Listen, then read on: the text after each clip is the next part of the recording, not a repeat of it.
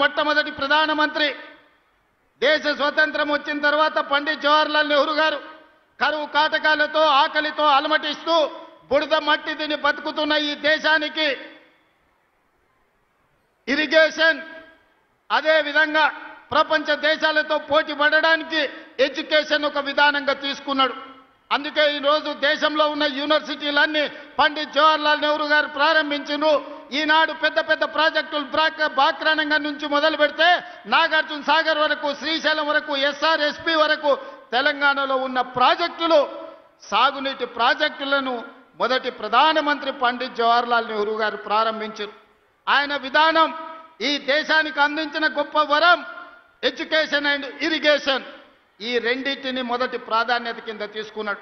ఆ స్ఫూర్తితో ఈనాడు నా కొడంగల్ నియోజకవర్గానికి అదే స్ఫూర్తిని అందించాలి, ఎడ్యుకేషన్ అండ్ ఇరిగేషన్ ని మొదటి ప్రాధాన్యత కింద తీసుకోవాలని ఈనాడు నా కాన్స్టిట్యున్సీకి మెడికల్ కాలేజ్ తీసుకొచ్చుకున్నాం, వెటర్నరీ కాలేజ్ తీసుకొచ్చుకున్నాం, అగ్రికల్చర్ కాలేజ్ తీసుకొచ్చుకున్నాం, పారామెడికల్ కాలేజ్ తీసుకొచ్చుకున్నాం, నర్సింగ్ కాలేజ్ తీసుకొచ్చుకున్నాం, ఫిజియోథెరపీ కాలేజ్ తీసుకొచ్చుకున్నాం, ఇంజనీరింగ్ కాలేజ్ తీసుకొచ్చుకున్నాం, ఐటీఐ తీసుకొచ్చుకున్నాం, ఏటీసీలను తీసుకొచ్చుకున్నాం, జూనియర్ కాలేజీలను తీసుకొచ్చుకున్నాం, డిగ్రీ కాలేజీలను తీసుకొచ్చుకున్నాం. అదే విధంగా ఈ రాష్ట్రంలో లేని సైనిక్ స్కూల్ ని రాష్ట్రం మొత్తం మీద ఒకే ఒక్క సైనిక్ స్కూల్ ఉంటే ఆ సైనిక్ స్కూల్ ఈనాడు కొడంగల్లో ప్రారంభించుకోబోతున్నాం. ఇది మా ఎడ్యుకేషన్ పాలసీ. రేపటి తెలంగాణ పునర్నిర్మాణంలో నా కొడంగల్ నియోజకవర్గం మా సోదరులు, మా అక్కలు, మా చెల్లెళ్ళు వాళ్ళ పిల్లలని భాగస్వాములను చేయడానికి ఈనాడు 5,000 కోట్ల రూపాయలతోని మా ఎడ్యుకేషన్ క్యాంపస్ని ఈరోజు మేము నిర్మించుకుంటున్నాం. ఇవన్నీ ఈనాడు ఏమి ఖర్చులకు ఇచ్చినా తెల్లారికి ఖర్చు అయిపోతుంది. తరగని ఆస్తి విద్య ఒక్కటే. ఈరోజు మేము ఐటీఐ చదువుకోవాలంటే ఒక దగ్గరికి పోవాలి, జూనియర్ కాలేజ్ చదువుకోవాలంటే ఇంకొక దగ్గరికి పోవాలి, ఇంజనీరింగ్ చదువుకోవాలంటే ఎక్కడికి పోవాలో తెలియదు, మెడికల్ కాలేజ్ అంటే ఎట్లుంటుందో మా ప్రాంతానికి తెలియదు.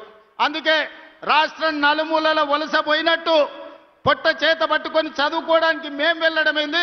రాష్ట్రం నలుమూలల నుంచి చదువుకోవాలంటే ఎవరైనా నా కొడంగల్కు రావాలి, ఈ కొడంగల్లో చదువుకోవాలి.